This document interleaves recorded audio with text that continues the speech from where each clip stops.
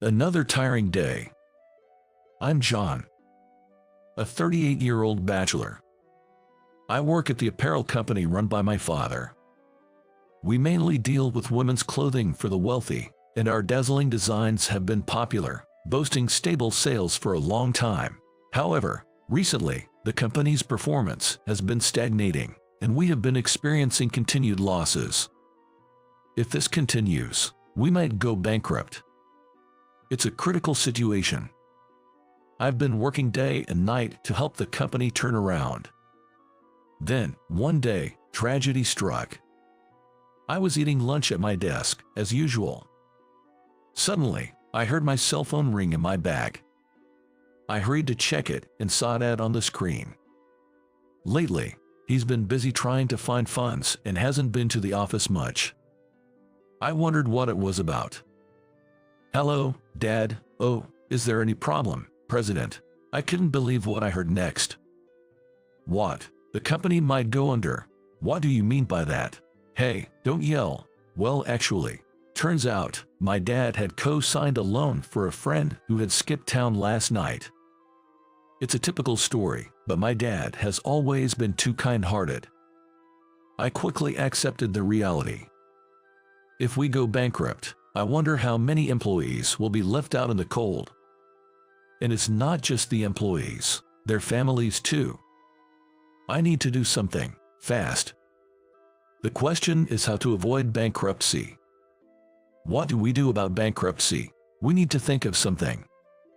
I moved to an empty hallway and spoke in a hushed voice. About that, I want you to join the apparel company of the AB Group. What, me, join that company? The AB Group is a major corporation we've been doing business with. They handle various ventures, including apparel. I've known their CEO, Mr. McKinley, for some time and we've been on good terms. For some reason, Mr. McKinley, the CEO, decided to acquire our company. It seems the condition for the acquisition is for me to join Mr. McKinley's company. I was confused but agreed immediately. John, glad you could make it. I'm so happy. Yes, I don't even know how to thank you enough for saving our company. Thank you so much, I said wholeheartedly. No, you see, I owe a lot to your dad. Our company is what it is today thanks to him, so I'm glad I could help this time. Thank you very much. I expressed my heartfelt thanks. You don't have to be so formal. I fully understand your feelings. Let's talk as usual. I've always liked your character. The CEO said, "Well, do your best," and left. And so, my job at the new company began. I worked tirelessly, determined to produce good results as soon as possible. I wanted to repay Mr. McKinley's kindness quickly. That's when it happened. One morning, as I arrived at work, I was suddenly called into the CEO's office. Wondering what it was about, I was about to hear something astonishing. "How about you have an arranged meeting with my daughter?" What? I was shocked and couldn't believe my ears. Me? Why? An arranged meeting with the daughter of the CEO of such a large corporation? I was so stunned that I couldn't move. Seeing me like that, the CEO said, "I know it's a tough situation for you to say no. Just meet her once, will you?" He then placed a photo of his daughter, Leela, on the table in front of me. "This is my daughter, Leela." I gasped as I saw the woman in the photo. What a beauty she is. With her distinct facial features, I was surprised that the CEO had such a beautiful daughter. "But me," I stammered, and the CEO said, "I know you well. You're kind and considerate. Just meet her once." Yes, I could only nod. That night, I called my father and told him everything. He had already heard about it from Mr. McKinley and seemed delighted, saying, "Why not? You've been all about work. It's about time you had some romance. Maybe this is fate." I decided to think of it that way. Besides, such a beautiful woman, and the daughter of the CEO, must surely be kind. I grew more and more excited as the day approached. "Nice to meet you. I'm looking forward to today." The day of the arranged meeting arrived quickly, and I, in my newly tailored suit, greeted her. Mr. McKinley's daughter was as beautiful as in her photo. But there was one thing I didn't expect. "Nice to meet you." She barely looked at me and answered coldly. Throughout the meal, Leela seemed unhappy, responding indifferently to anything I said. It was obvious. She was in this arranged meeting because her father said so. Realizing this, I felt a weight lift off my shoulders. As the long meal finally came to an end, I felt a bit relieved and was about to say goodbye to her. That's when suddenly, Leela spoke up. "If this ends today, my father will worry. Can we meet just once more?" She said this in her usual blunt manner. Amused by her straightforwardness, I chuckled and said, "Sure," and we exchanged contact information before parting ways for the day. The morning of our next meeting. Heading to our rendezvous, I couldn't help but laugh at the unexpected turn of events. I wasn't nervous anymore. Probably today she would be as unenthusiastic as the other day. A date to decline an arranged meeting. I knew this was going to happen. But still, she's the daughter of the CEO I owe so much to. I must be respectful. Thinking I shouldn't keep her waiting, I arrived much earlier than the scheduled time at the clock tower where we agreed to meet. It's almost time. Looking across the crosswalk, I spotted Leela among the crowd. She really is beautiful. Leela, standing out even in a crowd, has a dignified yet elegant air fitting for a CEO's daughter. I was admiring her when our eyes met. "Leela, thank you for today," I said to her with my best smile.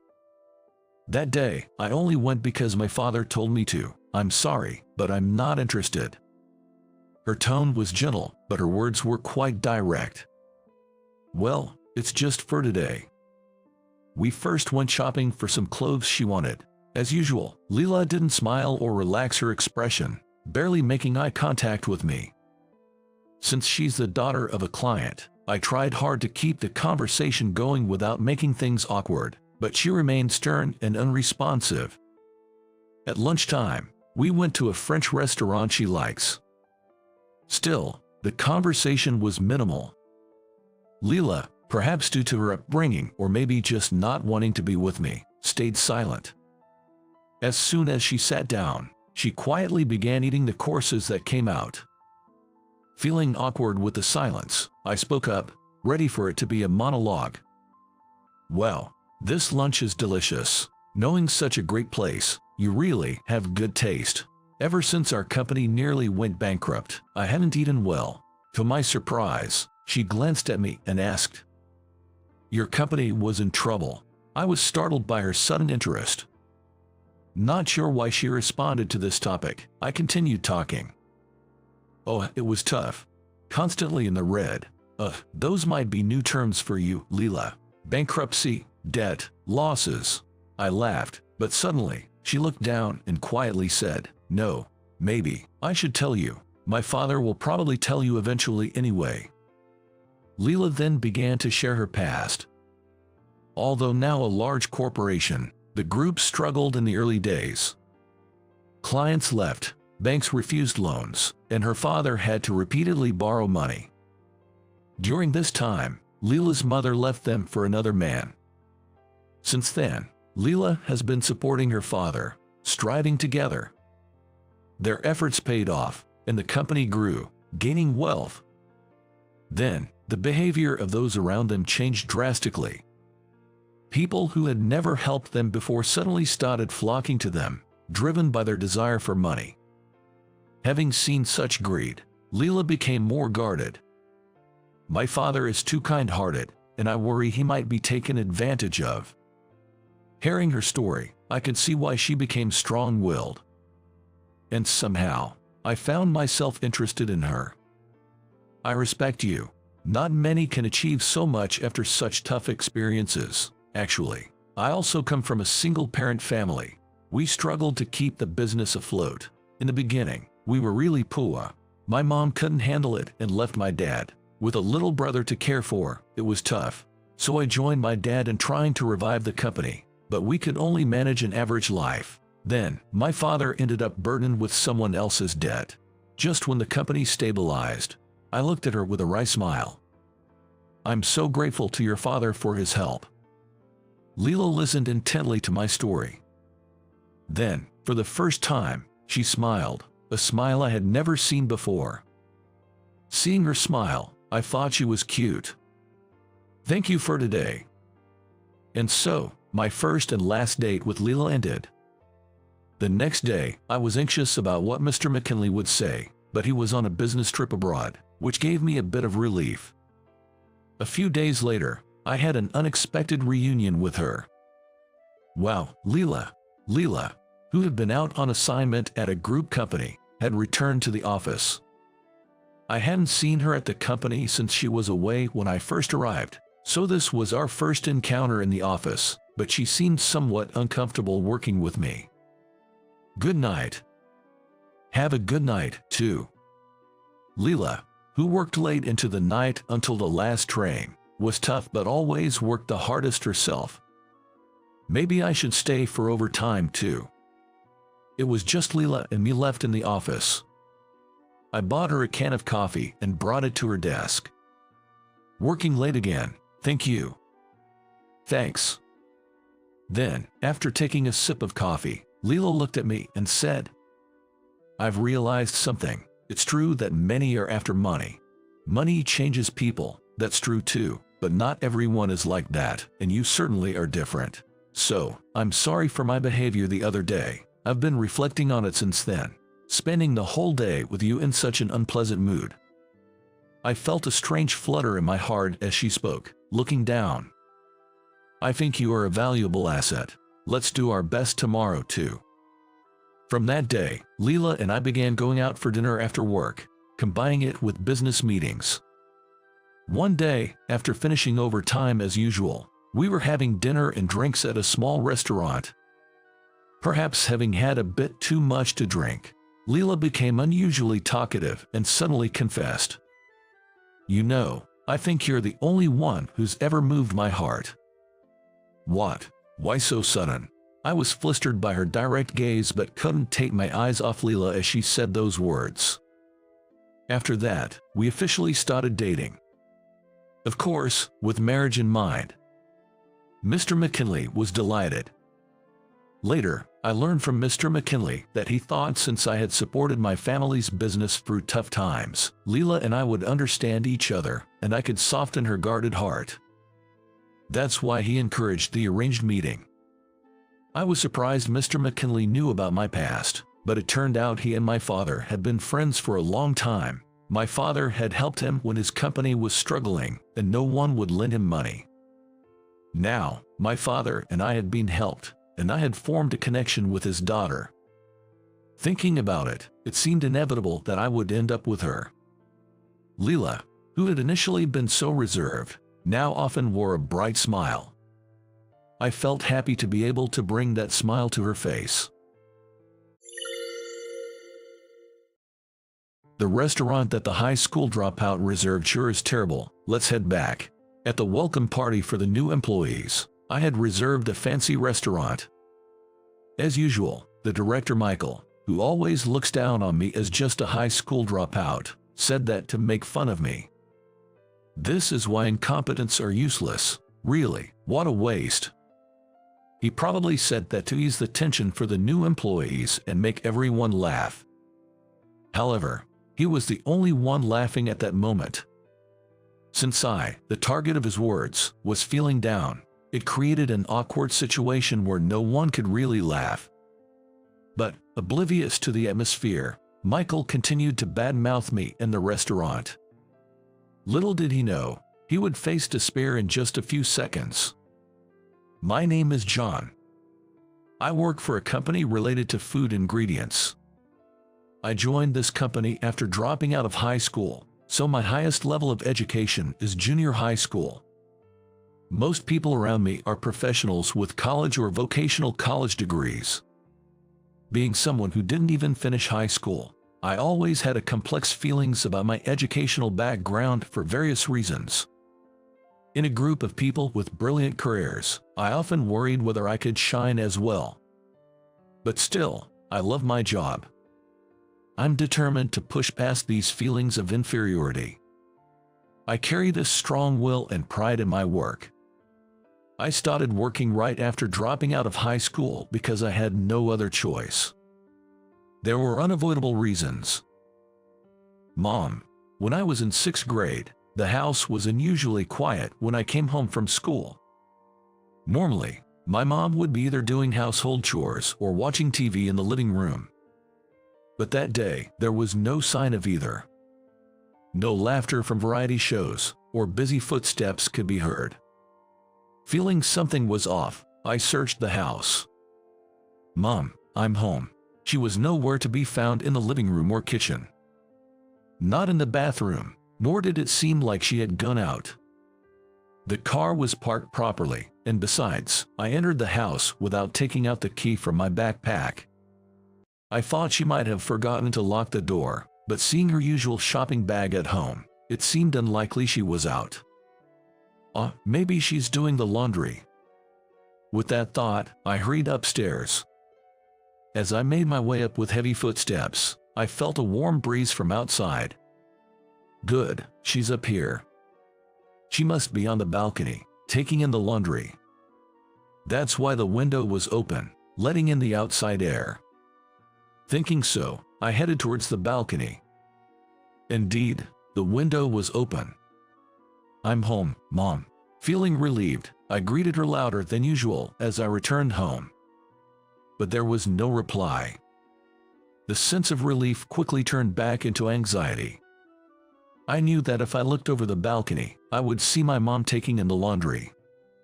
Yet, for some reason, I was scared to look.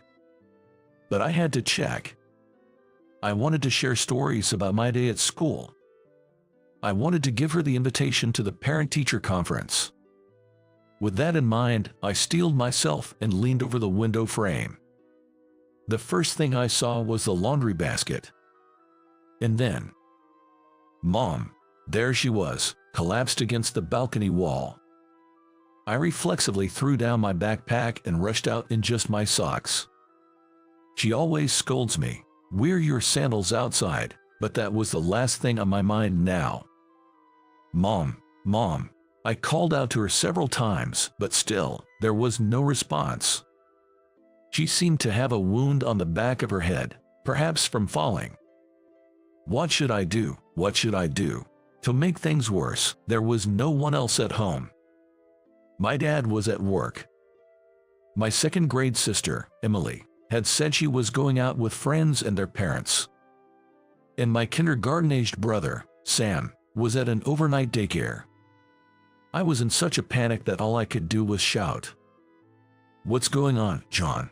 But my shouting had an effect. I made such a scene that the neighbor from the house next door spoke to me from their balcony. "Mrs. Wilson, Mom has collapsed." "What? Call an ambulance." I reported the situation to her, half crying, and she rushed in with a pale face. That day, I never got a moment of peace. It seems she contacted my dad's workplace from the hospital where my mom was admitted.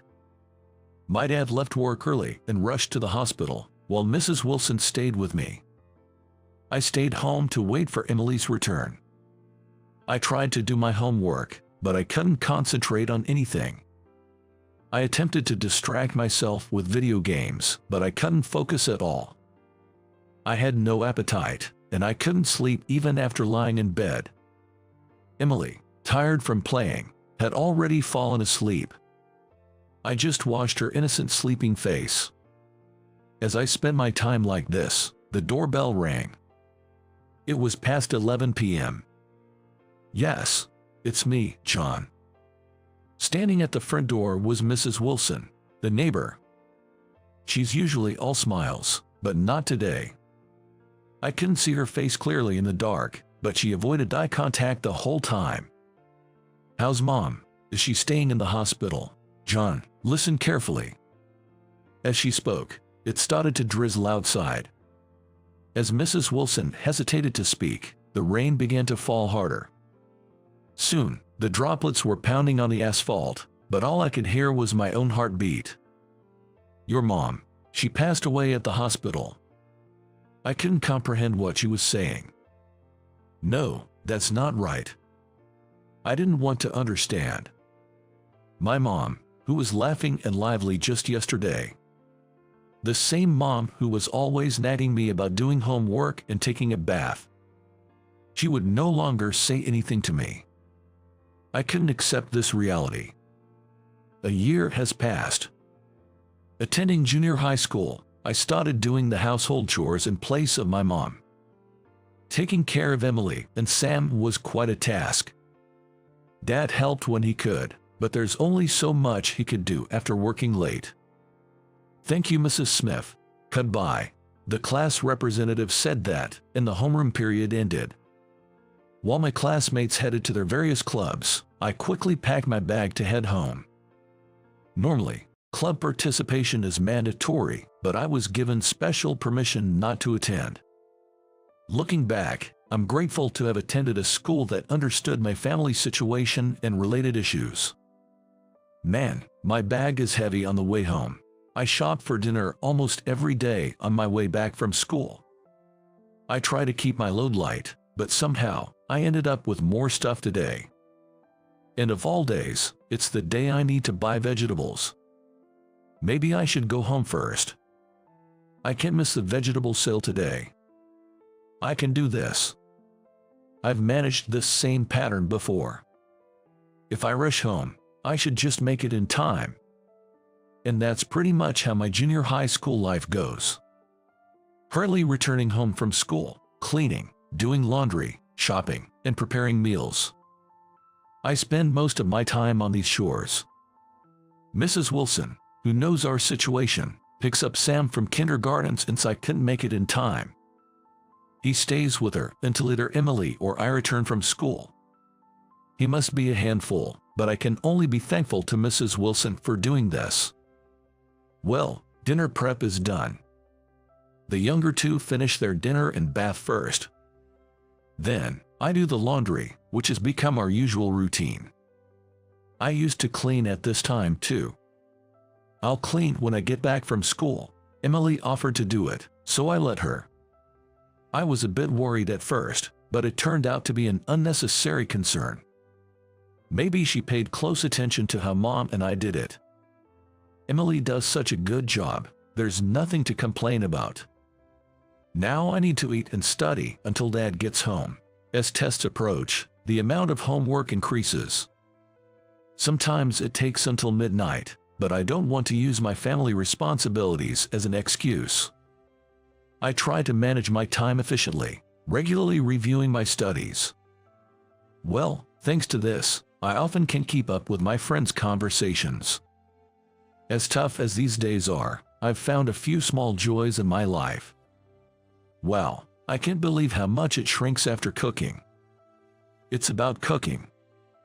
I'm fascinated by how vegetables, meat, and fish bought from the supermarket transform into delicious food. More precisely, what I enjoy is the transformation of ingredients. When you heat a pile of vegetables, their volume decreases significantly. Firm fish becomes flaky and tender when you boil or grill it.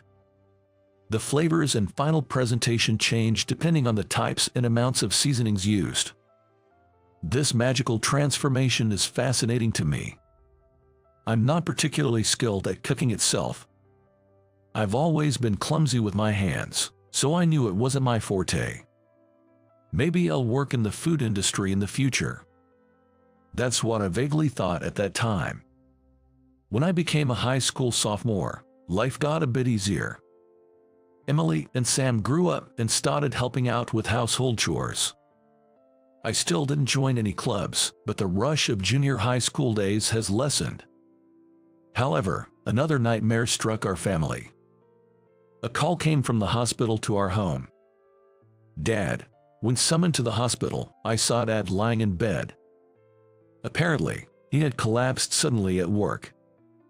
"I'm sorry, John." Dad was always energetic, but at that moment, he weakly apologized to me. According to the doctor, it was the result of accumulated fatigue exploding. Since Mom's passing, Dad had been working late every day. Although he survived, it seemed impossible for him to work as hard as before. I had been careless, thinking he was always been energetic, but the consequences of overworking always come back to haunt you. Don't worry about the house, I'm here, and both Emily and Sam are doing good. I said this to reassure Dad, but I wasn't reassured myself. We had savings, but they would run out soon. He needed to be hospitalized for a long time, which meant a period without income. Driven by this anxiety, I decided to drop out of high school and chose to work. As a result, I joined the food company where I am now. Although it was not under ideal circumstances, I managed to realize the dream I had since junior high school. 3 years have passed since I started working. I couldn't even follow complex adult conversations, but I managed to keep going because I enjoyed the work. If there's one concern, it's this. Hey, John, another mistake. This is why high school dropouts are troublesome. That's my direct supervisor, Michael. Sorry, I'll correct it right away. The mistake was my responsibility, but being berated with the term high school dropout doesn't seem quite right. Moreover, it's not done privately, but in front of the entire office, a large group of people. Initially, I didn't feel any particular way about my educational background, but after being ridiculed by Michael, I started to feel embarrassed. Most of my senior colleagues are college or vocational school graduates, and I often feel out of place. Hey, John, you know the new guy coming in? Michael, sitting next to me with a sneering smile, said. The new recruit coming soon, who will be my junior, seems to have graduated from a prestigious private university. He apparently belonged to a food-related research lab there. I bet he'll be a lot more capable than some high school dropout. Is that so? I wonder if I could have fixed my mistake in the time spent on this conversation. Focusing on Michael's taunting would eventually break me mentally. In my first year, I realized this and started internally retorting every time he said something. Surprisingly, this was quite effective, leaving me unfazed by anything other than the shame of my educational background. Funny thing, some in the department are suggesting you as a mentor. How about that? Me, a mentor? Surprised by the sudden news, I looked at Michael's face. I thought he was serious, but he was smirking again. Yeah, but that would be the other way around, wouldn't it? The other way around. You be the one being educated. Leaving just those words, Michael went back to his own seat, laughing loudly with a gahaha. What a waste of time to take him seriously. Soon after, the new employee Michael mentioned arrived. He was a bright, impressive young man, older than me. He had a wealth of knowledge and experience and was quick to learn the job. I felt like he would surpass me in no time. I thought his arrival would be a great boost for our team, but his excellence only provided Michael with more fodder. You're really excellent, aren't you? Hardly any mistakes, just what you'd expect from a college graduate. The new guy, a bit embarrassed, repeated his thanks. Right, John, you think so too, don't you? Here we go again. Michael was asking me pointedly, his face bearing the usual mocking expression. Calm down, John. Getting angry or upset is exactly what Michael wants. Yes, I do think he's really amazing. Ha ha ha, look at you, acting all high and mighty for a high school dropout. Michael said, laughing. The new guy, others from our department, and I all had strained expressions. Doesn't he realize he's spoiling the office atmosphere? This guy here is a high school dropout, but hey, whatever. If there's anything, teach John a thing or two, will you? Me? Teach him. That's right. He doesn't know anything. In front of a laughing Michael and a forced smiling me, the new guy looked uncomfortable. Hey, you know what? Suddenly, as if remembering something, Michael pointed at me.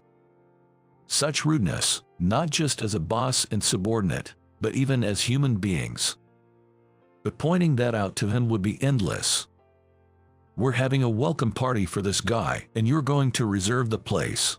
Pick somewhere fitting for a grand debut. All right. Understood. I'll handle it. I was surprised at the relatively reasonable instruction. What about the number of people and the schedule? What? You figured that out. You're the organizer. Okay, I got it. Our department has more than 10 people. Arranging everyone's schedules will be quite a task. And came the day of the welcome party. Having managed to coordinate the schedules, I reserved a high-end restaurant in downtown. Since Michael insisted on you decide regarding the budget, I chose an expensive place. It's probably going to be covered by expenses anyway. Everyone gathered at the agreed time, so I, having made the reservation, led the way in. We were escorted to a spacious room, with higher-ranking members seated towards the back. Wow, this is a nice place. The decor is nice too. Our department head, James, and the senior employees seemed pleased with the restaurant. The new guy looked really nervous. It must be his first time in a high-end restaurant. Overall, the reception seemed positive, but Michael alone looked unimpressed. I couldn't hear him clearly, but he seemed to be muttering under his breath. Let's say it again. Thanks for joining us. We welcome you. When James spoke as our representative, the new guy responded shyly in his usual manner. There was applause in the room, showing the warmth of our department. Michael, your turn. Michael, who had been sitting back with his arms crossed, remained in the same posture but started speaking when prompted by James. Just like James said, we welcome you. Coming from that famous university, you are already an elite. Unlike some incompetent, we have high hopes for you. We're looking forward to working with you. Not this again. Thinking this, I put on a forced smile. The atmosphere of the welcome party, which had been pleasant until a few seconds ago, began to turn a bit sour. As the course meal we had reserved was served, some time passed.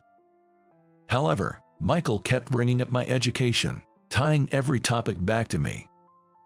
The senior employees tried to change the subject, but Michael would start berating with "This is why high school dropouts," at every opportunity. His persistent remarks were starting to get to me. The food, which should have been delicious, didn't taste quite right due to the stress. Does Michael forget that this is a welcome party for the new employee? Seems like he's just using the occasion to feel superior. Just when I was beginning to question this, a beautifully cooked steak was served. The steak was made from a premium-grade beef, skillfully prepared and marinated with red wine, making it a delicacy that worth of a high-end restaurant. The restaurant's website had boasted this as a specialty, so it must be delicious. A premier-grade beef steak, let's see. Michael took a bite of the red meat and, for a moment, his eyes widened before he set down his knife and fork. After chewing a few times and swallowing, he inexplicably turned his gaze to me. Well, this is definitely a place John reserved. What do you mean? I asked, not understanding his implication. Ignoring me, Michael put his knives back. He pushed the plate to the center of the table, indirectly suggesting someone else eat this. Apparently, it didn't suit his taste. He slurped his drink noisily and looked at me again. High school dropout's choice of restaurant is lousy. Let's leave, he announced loudly. With that remark, tension swept through everyone. The room started buzzing. No way. Is he serious? They murmured in disbelief. Hey, Michael. James, shaking with anger, addressed Michael, who was smugly enjoying himself alone. He was visibly pale and extremely agitated. Just then, a man appeared, opening the sliding door. He was a large figure dressed as a chef. What's going on? Sensing the odd atmosphere, Michael started looking around. James, still pale, informed him. This restaurant is one of our major clients. What? Michael was stunned by James' words. Observing this, the chef also spoke up. You're Michael, right? Do you not recognize my face? As a department head, he should at least recognize the face of a major client. But Michael looked confused and scared. Well, the owner of this restaurant, David. Have you forgotten? Oh, yes, David. Of course, I'm so sorry. I completely forgot, he said, layering excuses over a forced smile with a gentle tone. But David saw right through him. Didn't you find our food to your liking? No, not at all. It was very delicious. But just now, you clearly said it was awful, didn't you? It seems Michael's comments have been overheard. Michael's forehead was covered in sweat, clearly hit where it hurt by David's words. Michael still tried to make excuses. It was just a joke. Just playing with my subordinate. Right, John. He turned to me with the biggest smile I've ever seen, seeking help. After constantly belittling others, now he wanted help when in trouble himself. I couldn't help but feel the urge to vent all the frustration I had accumulated up to that point. Really, to me, it seemed like you genuinely found it awful, I said, and Michael frowned. He thought he was jumping onto a lifeboat, but it turned out to be a sinking ship. He shot me a look that said, "You'll pay for this later," but at this point, I didn't care. Come on, John. This isn't the time for jokes. Enough already, David shouted loudly at Michael, who kept repeating his pathetic excuses. The sheer force from the large chef made everyone in the room visibly flinch. Do you understand why I shouted at you, Michael? It's because I said the food was awful. Michael's demeanor was like that of a child being scolded by his father. I couldn't help but feel a laugh bubbling up inside. I know it's not the time to laugh, but I couldn't help it. No, that's not it. David shook his head in denial at Michael's dejected muttering. Looking straight at Michael, he continued. Tastes differ from person to person. Whether you find it delicious or awful, you're free to express your opinion. But, he said emphatically, raising his index finger.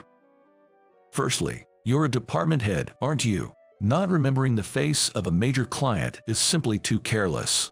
I'm sorry. Michael straightened up and apologized.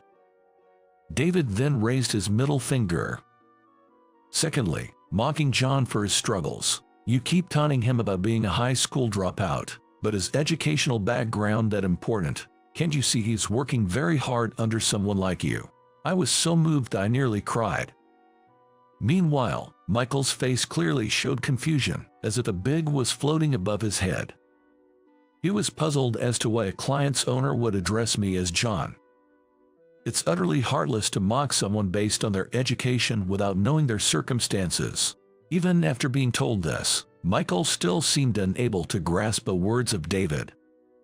Well, it's not surprising.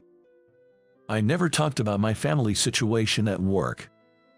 One day in my sophomore year of high school, after my dad had fallen ill, I took Emily and Sam to visit him. We were allowed to bring fruits as a gift, so we brought that along with some pajamas. Really, these were just excuses. I was just too worried about him. That's why I want to ask you, my best friend. As we reached the front of the hospital room, I could hear my dad's voice from inside. It sounded like he was having a conversation with someone. All right, leave it to me. From the sound of it, the person was not a doctor. Maybe a relative or someone else. With that question in my mind, I opened the door to the room. Here we are, Dad. Oh, John. In the room, there were my dad and another man. He was a large man with a slightly intimidating appearance. He had pulled up a folding chair and was sitting close to the bed where my dad was lying. Hello. I greeted him as our eyes met. Emily and Sam followed my lead. Hello. The man replied in a deep voice. Despite his looks, he seemed like a kind person. I'll be stepping out for a bit. The man waved to my dad and quickly left the room. Who was that? Hucko, that's a friend of mine. He came to visit. I see. Visits usually involved similar conversations. We talked about how school was going for the three of us, if there were any tests, and how our grades were. It was just typical, lighthearted parent-child conversation. When the younger two weren't around, we also had more serious conversations. These discussions would be about the future, the household's finances, and such topics. After that, we'd peel the fruits we brought and eat them together. Today, it was an apple. I clumsily did my best to peel it. We ate the unevenly cut pieces, laughing together. When it was time to leave, Emily and Sam needed to use the restroom, so we used the one at the hospital. While waiting, I bought some tea from a vending machine and sat down. Then, someone approached me. "Hey, you're John, right?" Yes, that's me." It was the man from my dad's hospital room. He was holding a can of coffee and sat down next to me. "You're a friend of my dad's, right?" "Yeah, I'm David. Nice to meet you." After introducing himself, he took a sip of his coffee. "Your dad, he's really worried about you three." Feeling strangely tense, I quickly drank about a third of the tea I had bought earlier. "So, he asked me a favor." "A favor?" "Yes, to keep an eye on you three. He said it was not about the money, but just to watch over us three. To be someone we could talk to if something came up." I was told that he had requested just that. Learning that my dad had made these arrangements without my knowledge, I couldn't hold back my tears. "By the way, John, do you have any dreams for the future?" "A dream? Well, it's vague, but I've been thinking about doing something related to food ingredients." "Food ingredients, huh?" Hearing my reply, David started to ponder, resting his chin on his hand. After a few seconds of him, he turned his gaze back to me. "I run a restaurant. Through my connections, I might be able to introduce you to a company related to food ingredients." Really? I couldn't help but feel excited, and I started consulting with David about various things. I shared about the struggles I had faced, the hardships of my life, and the joys I had discovered amidst it all. I also mentioned my thoughts about dropping out of high school and getting a job, motivated by my desire for my sister and brother to live without hardship. Gradually, I became friendlier with David. Eventually, I got a job at the food company he introduced me to. It was the same company I work for now. The reason I could make a last-minute reservation at this highly sought-after restaurant was twofold. I was acquainted with David, the owner, and he was a business partner. Faced with these facts from David, Michael could only stare blankly. After a moment of silence, he finally spoke, his eyes filled with tears and his voice trembling. "But still, John, being a high school dropout, must have many things he doesn't know. So you curse him with foul language. Is that what a supervisor should do?" "True, I often feel the lack of knowledge compared to others. There's naturally a gap between someone who dropped out of high school and someone who went to college and did research. Knowing this, I've always tried to absorb everything I'm taught. I believe I'm not behind college graduates in terms of effort. But, enough, please leave. Sitting at the head of the table and mocking your subordinates, just to bask in your sense of superiority, I've seen enough." Unable to bear David's intense gaze, Michael quickly gathered his things and left the room, almost fleeing. No one tried to stop him. "Sorry, this was supposed to be a welcome party, wasn't it? I apologize for spoiling it." David, now calm, apologized to the remaining people. No, please, don't worry about it," James responded in the awkward atmosphere. We finished the food we had reserved, and the welcome party came to an end. David didn't say he would stop doing business with us. "Just say hello to Michael for me." That was all he said as we left. I was glad things ended smoothly. But I couldn't feel entirely relieved. This whole situation had been caused by my personal circumstances. I left for home, feeling somewhat unsettled. As a side story, the incident was reported to President Johnson. Michael was apparently ordered to stay at home for about a month. With Michael gone, my feelings of inferiority about my education were relieved.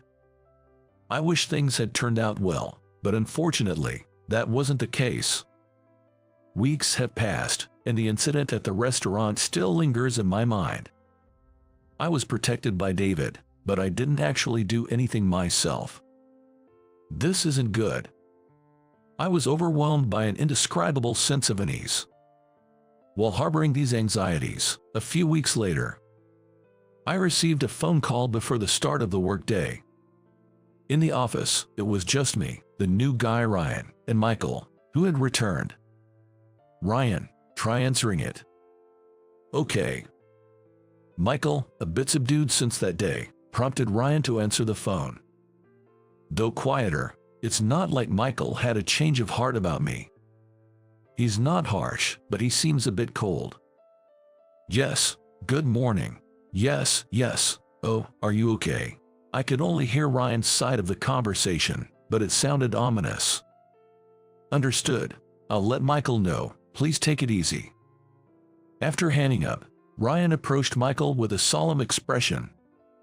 Apparently, one of the senior employees had the flu and was calling in sick. "Ah, got it. Just great. Right at the end of the month." I thought it was pointless to complain about it when the phone rang again. Ryan answered again. And during that call, another one came in. A familiar number. It was from a senior colleague's cell phone. "Good morning. This is John." "Hey, John, good morning. Sorry, but I've got the flu. Can you tell Michael I'm taking the day off? He, too, was calling in sick." The flu is going around lately, but I didn't expect so many people to catch it all of a sudden. "Understood. Please take care." I hung up and looked at Michael, just as Ryan was telling him about the second call. Another one. Okay, and John, it's the flu for him as well.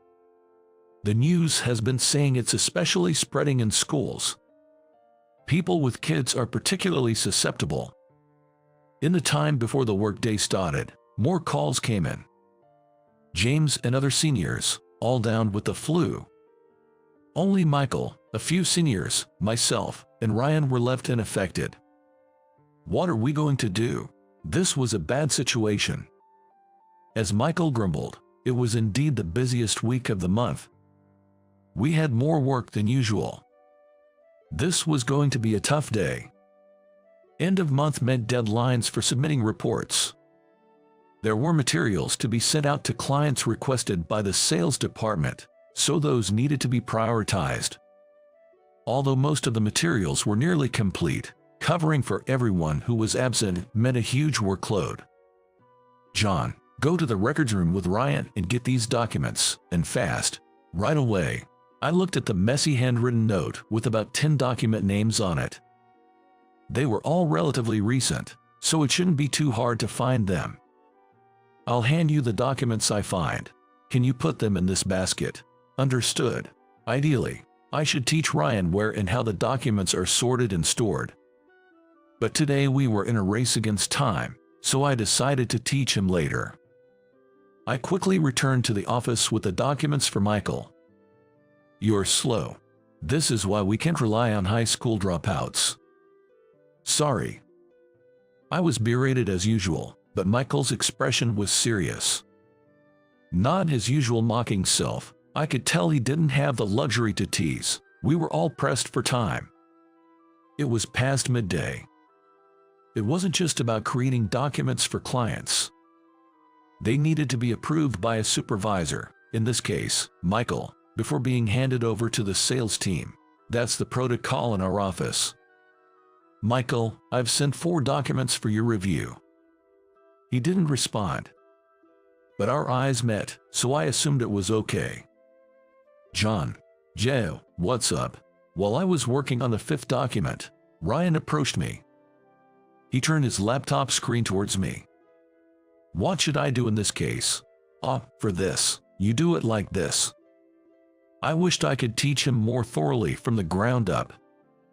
But again, We didn't have the time. I quickly provided a solution and returned to my work. I see, thank you. Feeling relieved that the issue was resolved, I noticed Michael staring intensely at me. Michael, something wrong? No, nothing. Keep working. Don't waste time talking. Despite his stare, I mentally grumbled and resumed my work. By evening, I had become more accustomed to the hurried pace of preparing documents. It seemed manageable. But then, one of the seniors stopped working and seemed troubled. Are you okay? I might be in trouble. He said he was feeling feverish, nauseous, and had aches all over his body. Not being a doctor, I couldn't make any irresponsible statements, but judging from the situation, it seemed like the flu. After consulting with Michael, we concluded it was better for him to go home rather than risk spreading the infection. Sorry for leaving at a time like this. I'll take better care of my health. The senior left early, apologizing and looking guilty. We managed to complete the external documents just before the end of the day. But our work wasn't finished yet. With those down with the flu absent for the next few days, we had to get ahead on their work too, or we'd be overwhelmed. As a mentor, I guided Ryan while we both continued working. I worried about making mistakes but prioritized completing tasks. Finally, that night, we're done. The last task of the day was finished. The senior's words of relief seemed to lift the weight off everyone's shoulders. The clock was already pointing past 11 p.m. Yes, thanks for the hard work. I noticed that Michael, who had stepped away from his seat, was handing out canned coffees to everyone.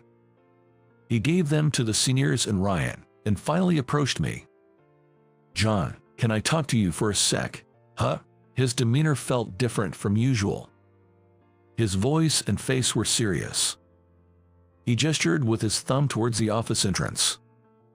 It was a summons. Just wanted to say, good job today. Thank you. As I accepted the canned coffee he offered, he unexpectedly apologized. John, I'm really sorry for everything up until now. Michael apologized to me. And I was utterly bewildered, not understanding what was happening. Watching you work today, I realized I was wrong. I had wrongly judged you as incompetent. Michael, who had labeled John as incompetent, was surprised to see him work efficiently, contrary to his expectations. In a critical situation, John not only took on the role of a mentor, but also managed his tasks well. He was surprised to see this. I once failed university entrance exams 3 times. I had a dream school, you see. Despite his efforts, Michael apparently never got into his first choice university. Told by his parents that they could no longer support his education, he had to settle for a much lower-ranked university. That failure has always been a complex for me, so I took it out on you, trying to feel superior. Everything David said was right. Suddenly hearing his true feelings, I was even more confused. I wanted to say something but couldn't find the right words.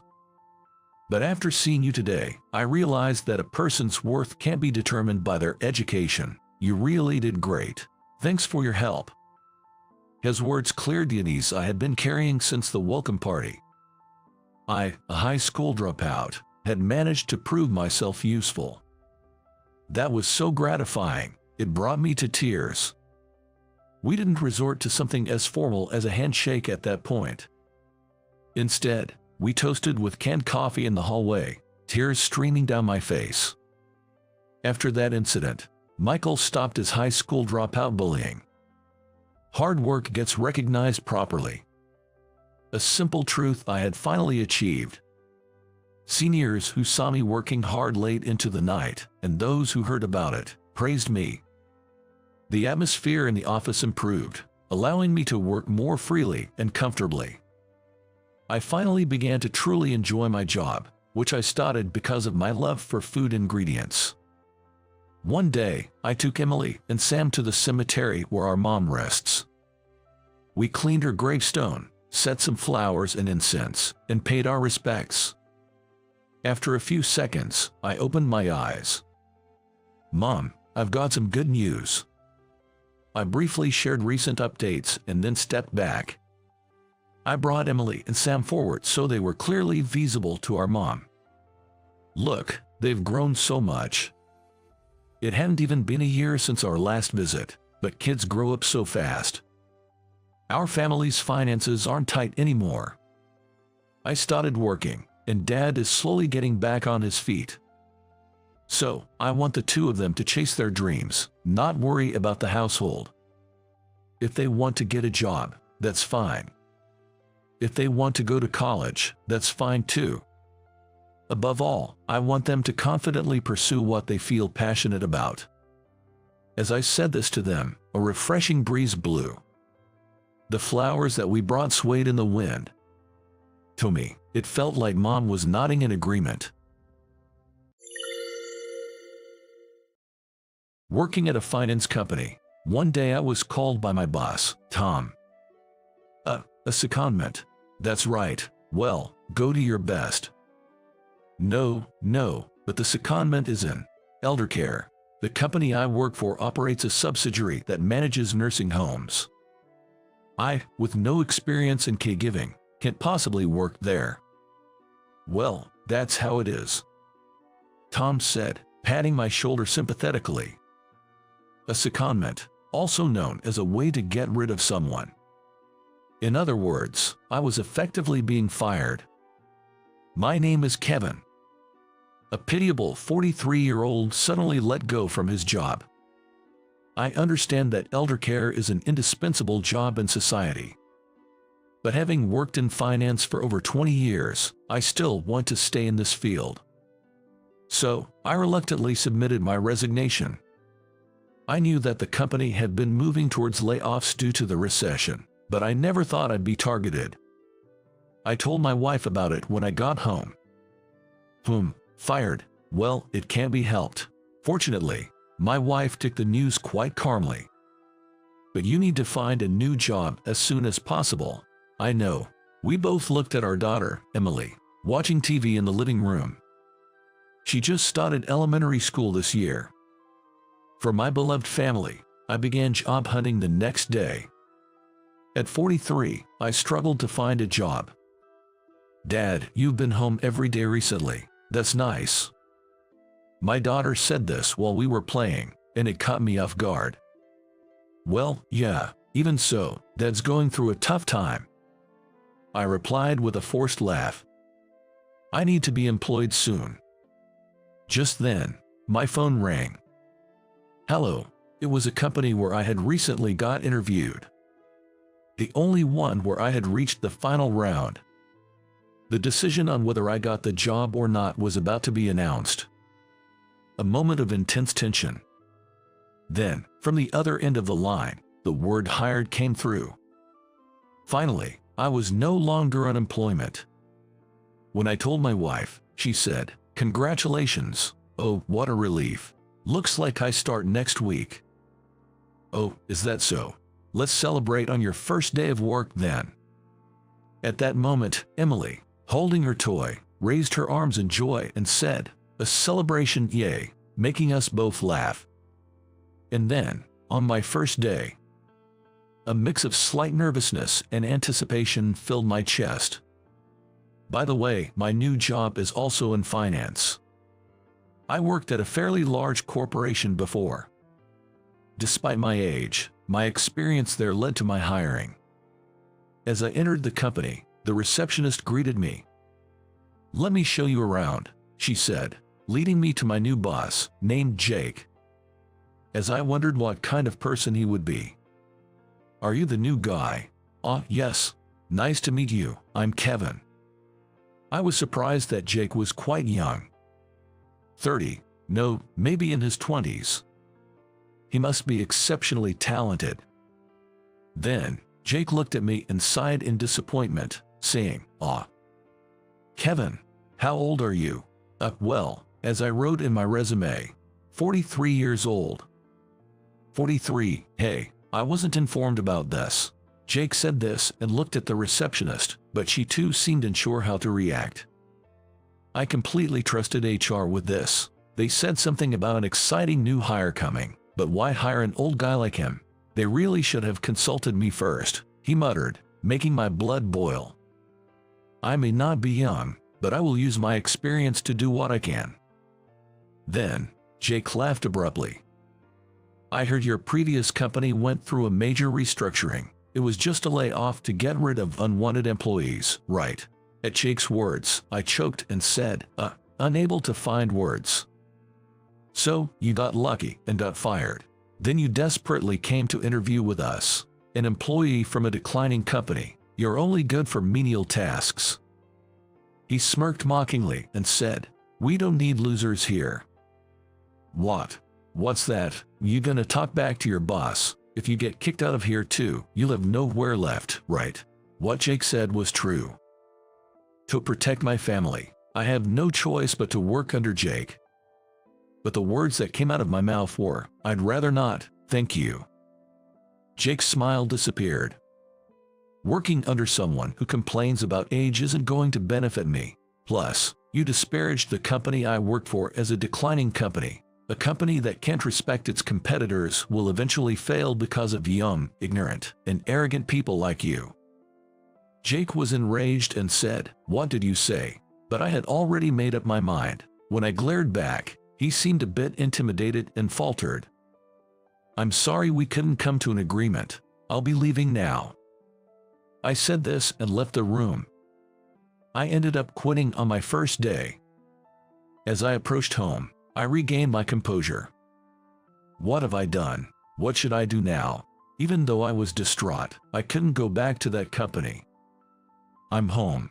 Hearing my heavy voice, my wife, who was in the living room, greeted me with a surprised look. What's wrong? Did you forget something?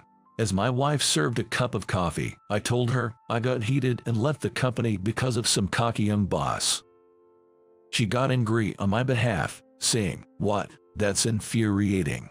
If that's how it is, let's get you into a better company and show them. There's surely a company that will appreciate your strengths. If needed, I'll work too. Let's work on this together. She patted my shoulder reassuringly. Her words gave me solace, and I felt motivated to resume my job search. When our daughter returned from school, she said, Dad's off work again. But this time I was determined to find a better job. I'll start over once more. That was what I was thinking when an unexpected event occurred. That evening, while relaxing with my family after dinner, the doorbell rang at an unusual time. It was rare for someone to ring the doorbell at that hour. I answered the door. Hello, who is it? There stood a young woman, apologizing. Sorry for bothering you so late. I exclaimed, in surprise. It was Sarah, the receptionist from this morning. My husband was extremely rude this morning, and I'm really sorry about that, she said. You're Jake's wife. She apologized again. She had watched me during that intense situation, noticing that I remained polite to the end. She praised me, saying she thought I was a truly wonderful person. It's a waste not to hire someone who can be courteous to everyone. So, I personally appealed to Mr. Johnson, the president. He has agreed, so I came here to invite you back. She had come all the way to scout me. True, I was polite, but I was also a bit sarcastic towards Jake, so whether I was truly courteous is debatable. Mr. Johnson hasn't received your resignation yet. He, along with apologizing, would like to meet you again. Could you come to the office tomorrow? I scratched my head, feeling a bit troubled.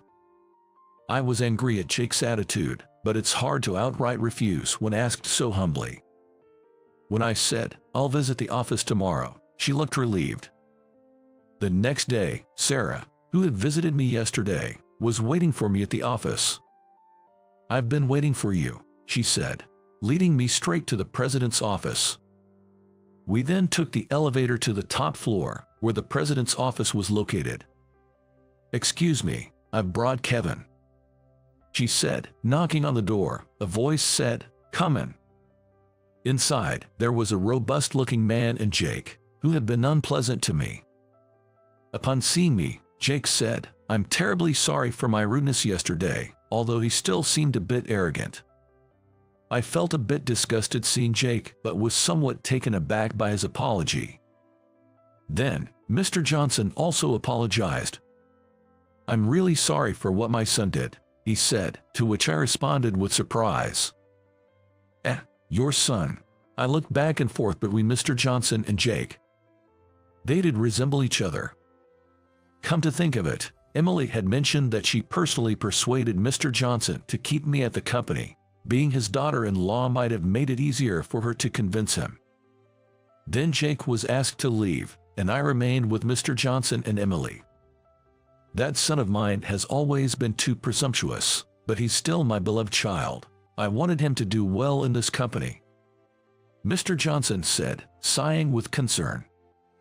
Apparently, Jake, despite being capable, was impulsive and often acted alone, leading to discontent and resignations of talented people. Ideally, managers should have reprimanded him, but given he was the president's son, it was difficult for anyone to speak up, allowing his behavior to go unchecked. Mr. Johnson was considering how to deal with his son when he heard from Sarah that someone sternly reprimanded his son. "That was me yesterday. You told my son he was just a young man living on pride without knowing the world." Frankly, I was surprised, even impressed. What my son lacks is advice from a senior who, despite having family and sudden unemployment, stands up again. "Kevin, would you please join our company and teach the younger generation what it means to be a professional? And could you strictly guide my son too?" Mr. Johnson asked me, leaving me flustered. I glanced at Sarah, who also said, "Please stop my husband if he gets out of hand." "Oh, okay, I'll do my best." In the end, I decided to stay. I then joined the same department as Jake. Immediately, Jake's recklessness began. "That's why I told you to pass this project." He was mercilessly angry at a junior, wielding a rolled-up paper like a baton. Other managers pretended not to see. Indeed, it was a hostile atmosphere. Sorry. As the junior apologized, Jake raised the paper to hit again, but I stopped him. "Jake, this is too much." What is it, Kevin?" "From my experience, that project won't pass. It's better to move on quickly. Isn't that what we should teach our juniors?" At my words, Jake seemed dissatisfied and muttered, "Umph," but he unrolled the paper he had been holding. "It kind of feels like. I feel like a teacher guiding a mischievous kid." "All right, let's move on to the next, Jake." As I patted Jake's shoulder with a laugh, he quickly scurried away. Everyone looked at me with respect for standing up to the president's son. Sigh. It seems I'll have to work hard at guiding this son for a while. However, a year later, Jake gradually became less abrasive and started to grow as a person. The atmosphere at the company improved significantly, and Sarah thanked me, saying, "My husband seems calm at home too." Then, Mr. Johnson assigned me to a different department with a new position. I guess it's what you'd call a rapid promotion. My salary increased, and my wife was very pleased. "Thank you for everything." Jake said this to me before I transferred. I don't know if he'll become the president one day, but no matter how important he becomes, I want to keep pointing out any mistakes he makes. Living for over 40 years and getting fired taught me one thing. It turns out I'm pretty good at taking care of others. I want to use this newfound talent to teach the younger generation what being a professional is all about. Even an old guy like me still has a lot to offer. "You're a doctor. Give me a break, haha." A former classmate who always looked down on me as an introvert since our school days constantly teases me. Apparently, she is now working as a nurse at the hospital where I work. "Seriously, you're a doctor. Please, don't hold me back." Her attitude is as rude as ever, and I can't help but sigh in disbelief. Then, right after that, "Welcome back, Director Davis. A beautiful female doctor speaks from behind me. My former classmate's face turns red with the words she continues to say, and she runs away. I never imagined that something like this would happen to us. I am Bob Davis, a 40-year-old doctor. My specialty is cardiac surgery. To learn cutting-edge techniques, I worked in a hospital in Germany for 10 years. Bob, I actually have something important to discuss with you. Something important. A hospital specializing in cardiac surgery is going to be built. I want your help with it. I received a call from my mentor about the construction of a new hospital specializing in cardiac surgery, and it seems I was chosen for the project. I accepted the offer and returned to my country after a long time. You're back. Welcome home, Bob. I'm back, Dad. Thanks for picking me up. My father came to pick me up at the airport. We're going to our house, right? Yes, that's right. For the time being, until I find a new place, I plan to stay at my parents' house. So, I nod at my father's words and get into the car.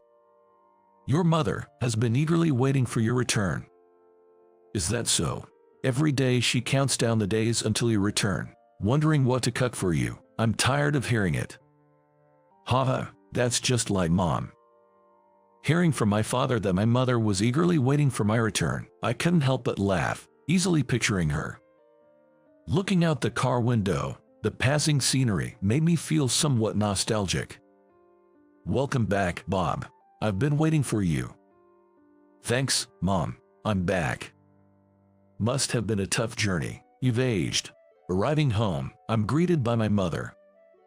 Like my father, she seems older than when I last saw her, reminding me of the passing time. I'm about to start cooking. Why don't you rest a bit until it's ready? Your room is clean. You can lie down there. Thanks, I think I'll do that. Taking my mother's offer, I head to my old room, which is kept just as it was, and I sit down comfortably. Feels nostalgic. It's really just like old times. Muttering to myself, I look around the room and notice my high school yearbook. Looking through the yearbook, I realize that while I still have contact with a few classmates, I have no idea what most of them are doing now. Well, they probably feel the same about me. As I go through the album, memories of high school naturally come back to me. I've always been shy, with only a few people I could call friends. Moreover, I've had the dream of becoming a doctor since I was young, so I spent most of my time studying. I was deeply inspired by Dr. Smith, who took great care of my mother when she was ill. I asked him how to become like him, and he said, "The key is to study a lot. The more you study, the more people you can help." From then on, I led a life centered around studying. Because of that, I honestly felt like an outsider in my class. There were some who mocked me for being an introvert. Especially a girl named Lisa, who was one of the most popular among the girls, would say, "Bob is such a boring introvert, isn't he?" Definitely. He's boring and kind of uncool. Exactly.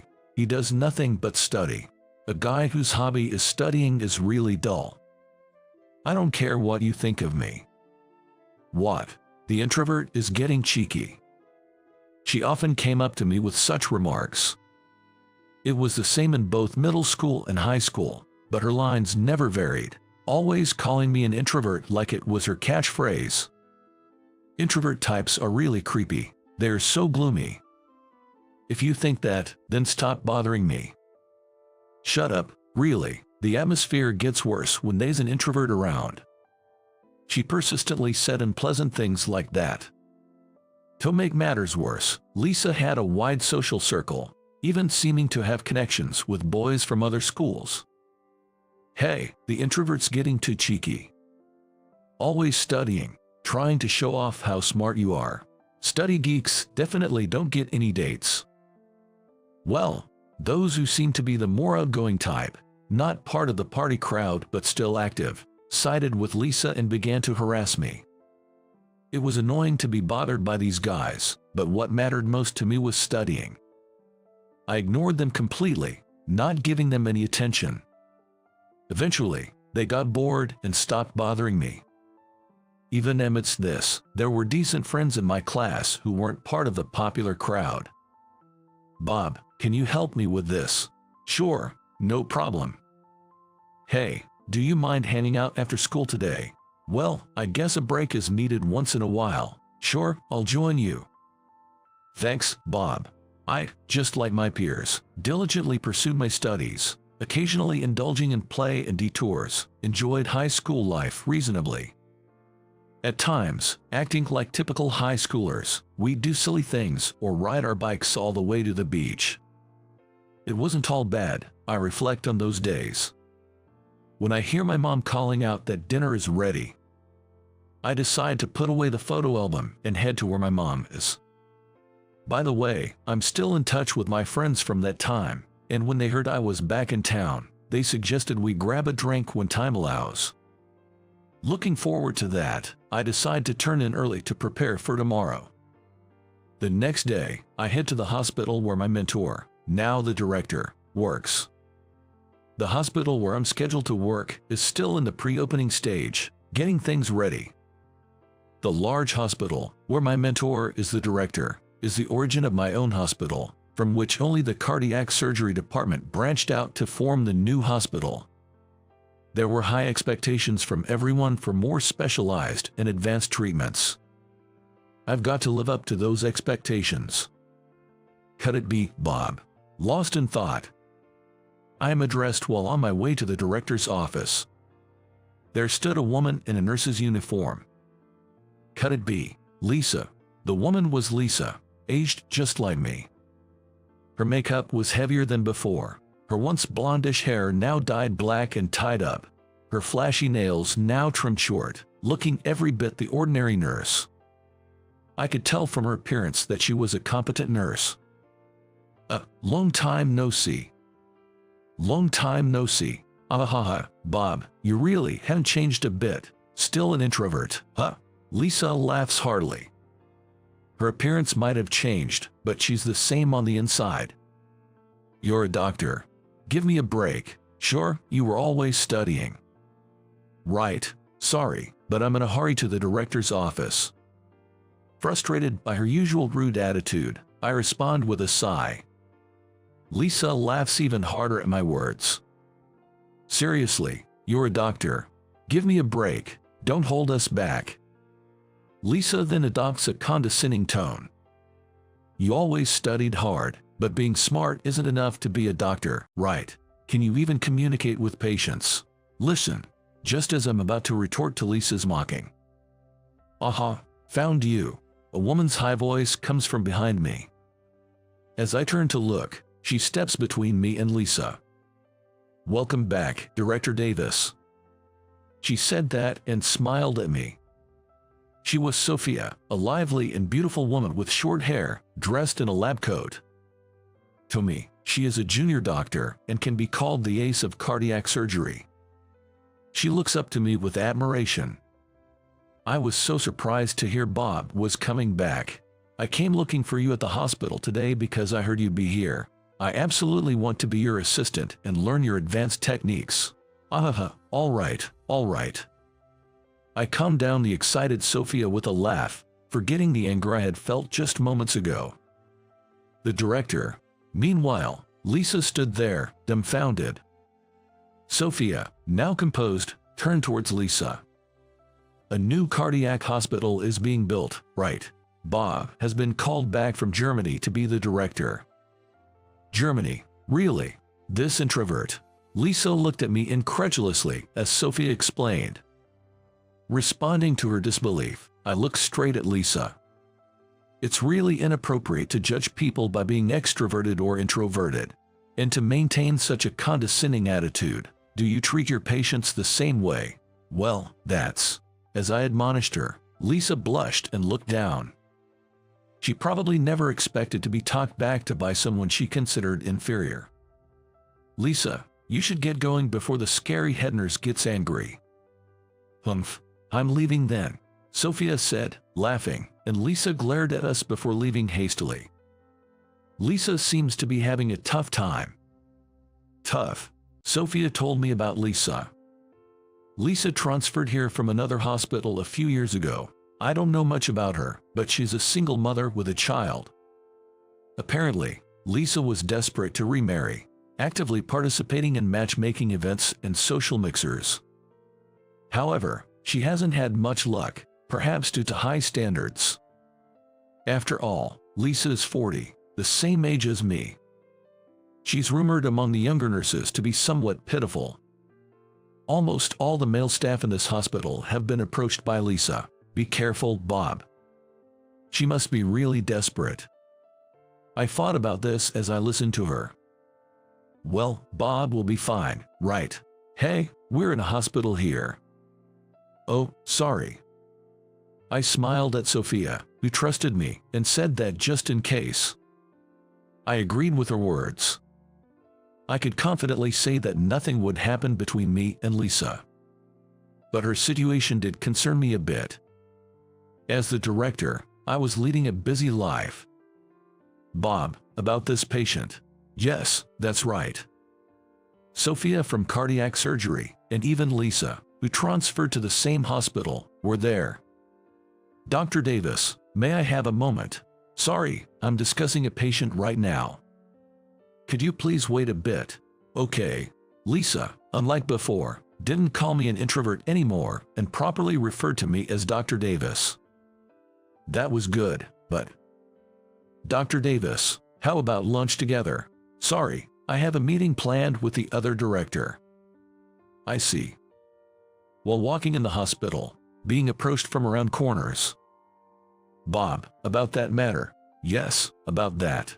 Dr. Davis, what are you talking about? Well, it's a conversation between doctors. We'll inform the nurses later. Okay. Talking with Sophia, she tried to join in. For some reason, this person kept appearing wherever I went, trying to strike up a conversation. Isn't that person acting a bit odd? Sophia seemed puzzled by this behavior too. Then, one day, why don't we, as classmates, go out for a meal? Lisa invited me. I'm afraid I can't. I tried to leave after declining, but Lisa grabbed my arm and I couldn't move. When would you be free? I'd love to have a long chat. I found Lisa leaning on me quite creepy. There's no good day for me. I've decided to always have dinner at home. I said, distancing myself from Lisa. Why not? Let's forget the past and have a fun drink. The past, I'm not bothered by it, but it's not something Lisa should bring up. Bob, you've become so respectable. That's why I started liking you. In a romantic way, of course. Sorry, but I have a wife and kids. I firmly rejected Lisa's strange advances.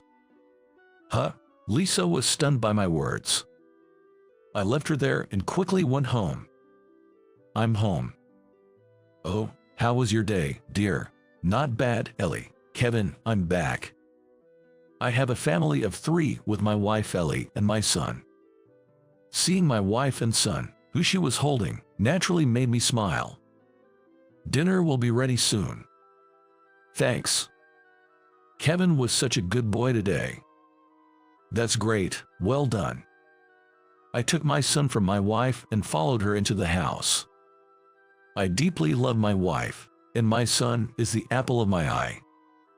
Even now, I feel truly happy sharing dinner together. Actually, Sophia is my wife's sister and a person who introduced us. Are you okay, Sophia? I'm fine. Your ride will be here soon. Okay. Sorry to keep you waiting. It was Ellie who came to pick up Sophia, who had passed out at a medical department drinking party. She was so polite to us. I'm sorry for the trouble Sophia caused. Please have these snacks. Ellie brought snacks to apologize for her sister's trouble. Her manners were so proper, I almost fell for her at first sight. Ellie. Yes. I'm Sophia's senior. Would you mind exchanging contact information? Sure. After that, I went all out with my advances. I think I was unusually assertive for me. Bob, do you like my sister? Oh, yes, I do.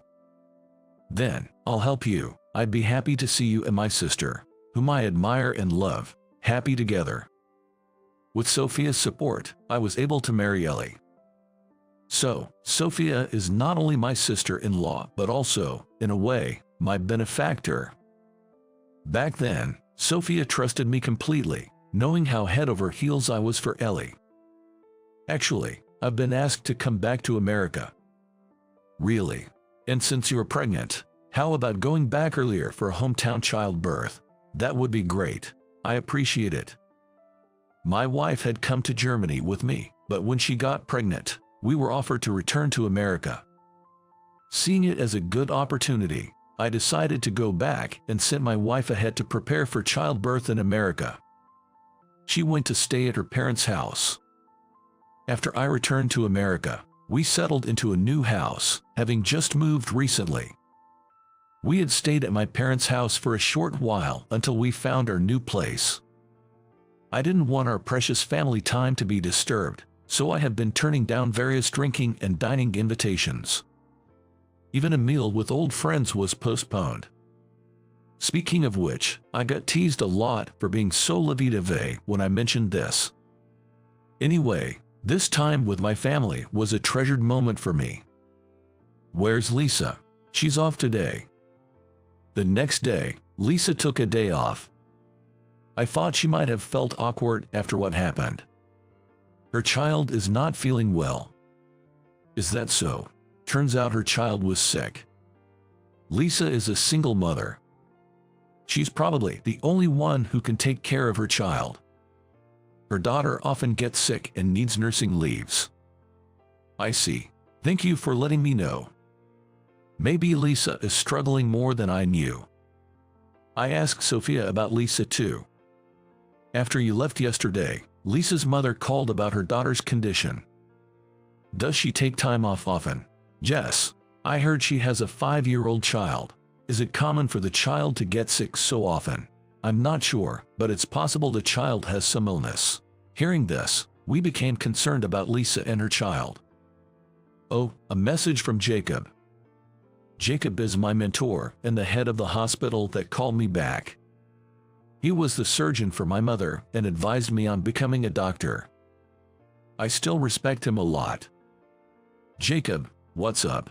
I want to transfer a 5-year-old child with a heart condition to your hospital. Okay, please send me the medical records. Thanks, I'm counting on you. Upon reviewing the medical record, I was shocked. The patient was Alice, Lisa's daughter. I decided to ask Lisa for details when she came for the transfer procedures.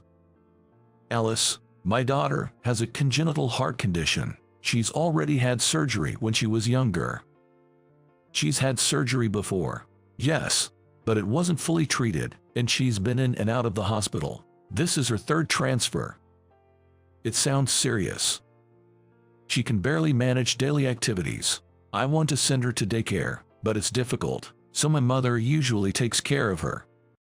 Lisa, speaking like this, was not her usual lively self, but a mother truly worried about her child.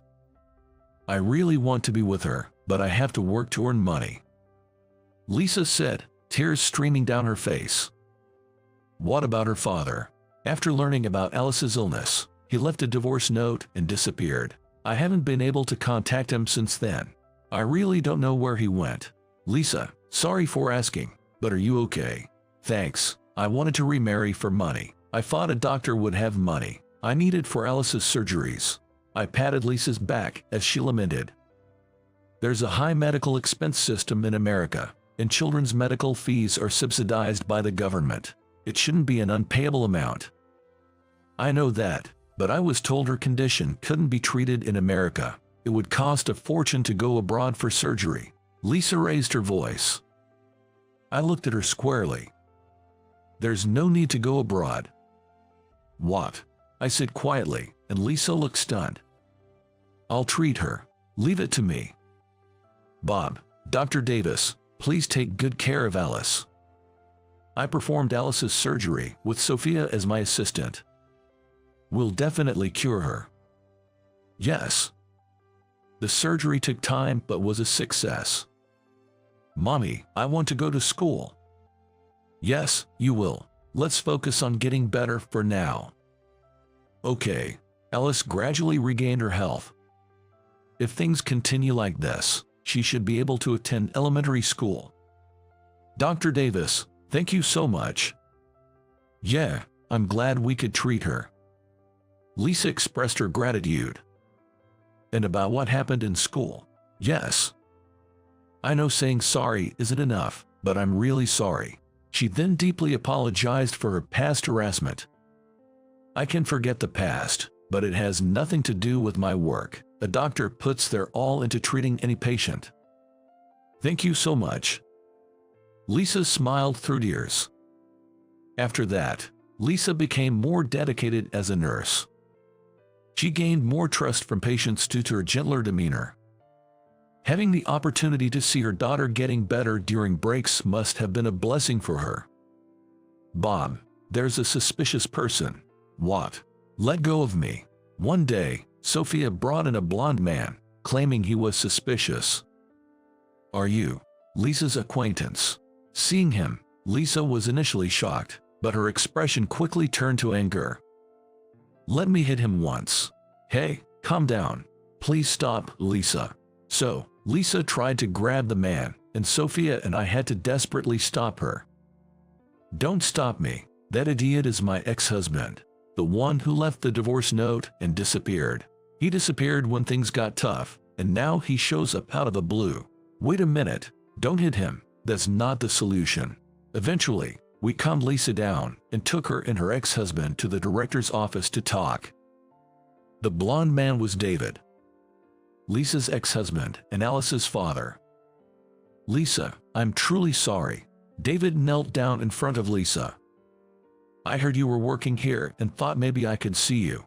That's why he was acting suspicious in the lobby, staring at the nurses. I caught him thinking he was a suspicious person. Please don't do anything dangerous next time, I said, smiling wryly at Sophia's words. I've already asked, but what do you want after all this time? I wanted to give this to you. David pulled in a 4-size thick envelope from his bag. Lisa received it, looking puzzled, and checked the contents. What, money? She exclaimed. And I caught a glimpse of stacks of bills inside. Where did you get all this money? Well, Lisa approached David, who started explaining hesitantly. When I found out about Alice's illness, I had no savings or a decent job, so I thought I couldn't afford her treatment. And, is that why you disappeared? Yes, that's when I thought of earning money on a tuna fishing boat. A senior of mine knew a fisherman on one. David had boarded a long-distance fishing vessel, traveling the world's seas for 5 years. The money in the envelope was the result of his efforts. I couldn't contact anyone because I was on the fishing boat. I heard about this hospital through an acquaintance and then found out Lisa was working here. David looked at Lisa with an apologetic gaze. Why didn't you consult me before doing something like this? Do you know what I've been through? When I found out about Alice's illness and you disappeared, Lisa was tearfully confronting him. I'm an idiot. I thought this was all I could do. I acted immediately. I'm really sorry, Lisa. You're really an idiot. I was so worried. I'm glad you're safe. Lisa hugged David, who was smiling sadly, with tears in her eyes. It's good. They cared for each other after all. Watching them, Sophia clapped with tears in her eyes. This settles it then, I muttered to myself, relieved. Afterward, Alice continued to recover without any complications. I'm home, Alice. Daddy, I've got a present for you today. Yay. Initially wary of the father she'd never seen before, Alice quickly warmed up to David, who was good with children. It's annoying how she warms up to him so quickly. Come on now. Lisa looked at David with a pretend pout. Lisa and David remarried soon after. David pursued her relentlessly. Really, He's such a troublemaker. He was so persistent, I just gave in. Despite saying this, Lisa might have been waiting for David's return all along. Actually, at the mixer, Lisa was approached by some high-profile guys. Really? But she didn't show interest, probably because she couldn't forget David. Seems like it. David, despite being a day laborer, has found work and is working hard, and because of his good nature, it's believed that he'll eventually become a full-time employee. He is currently striving to live with Alice, who is expected to be discharged from the hospital soon. I don't want to see a child suffer. It was truly wonderful to see a happy family of 3 holding hands together. I heard about Alice from Sophia. It's great that 3 of them are back together as a family. Yes. Jacob seemed to have been concerned about Alice too. He contacted us happily after hearing our report. Seeing that family reminds me of you when you were young. What? Seeing how you worried about your mother, I was determined to get her back for you, not just the 2 of you, but all 3 of you out of the hospital. Really? I never knew that. This was the first time I had heard this story. In fact, I just found out that Jacob remembered me. I was right. I've believed since then that you would become a good doctor. Thank you, Jacob. I'm counting on you. Thank you. By the way, Sophia, who reported about Alice and brought us together and secured David, was a big help. Oh man, I thought I was fine being single. Now I want a family too. She muttered that. She is single, but with her looks, she is popular among male doctors and nurses. If she's willing, we'll soon hear happy news about her. Then, the time came for a meal with friends I had kept waiting. You're a celebrity now, Bob. Stop it. But achieving your dream is amazing. Everyone looked older, but inside they were much the same as before. Who's picking you up today? Oh, my sister-in-law is coming. That's a good sister-in-law. My brother is coming for me. Your much younger brother, right? Yeah, he's of a good age now. I wish someone would take him off my hands. A few hours later, we dispersed as our rides arrived. Bob, I talked a bit with a man who came to pick up your friend. He seemed nice. Oh, an unexpected match might be forming. Then, through an old friend, they exchanged contact details and quickly got close. I never imagined Sophia getting married. Well, she looks happy, that's good. Yes. The following year, the 2 married and had a daughter. I'm home. Welcome back. When I get home, my wife and son welcome me. Recently, my son has finally started to roll over. Work is busy, but I want to take care of my son as much as possible. Oops, what's up? It's almost time for his milk. Then, I'll make it. Can you look after Kevin? Yes, please do. I've become adept at making milk and changing dirty diapers. Hey, do you have this weekend off? Yeah, I do. How about we go shopping together? Sounds good. Let's go out as a family of 3. When we go shopping, I always volunteer to hold him. I play with him whenever I can and make sure to spend time with my wife as well. My child is truly the apple of my eye. I suddenly remembered the Lisa family. A family that almost fell apart due to a misunderstanding.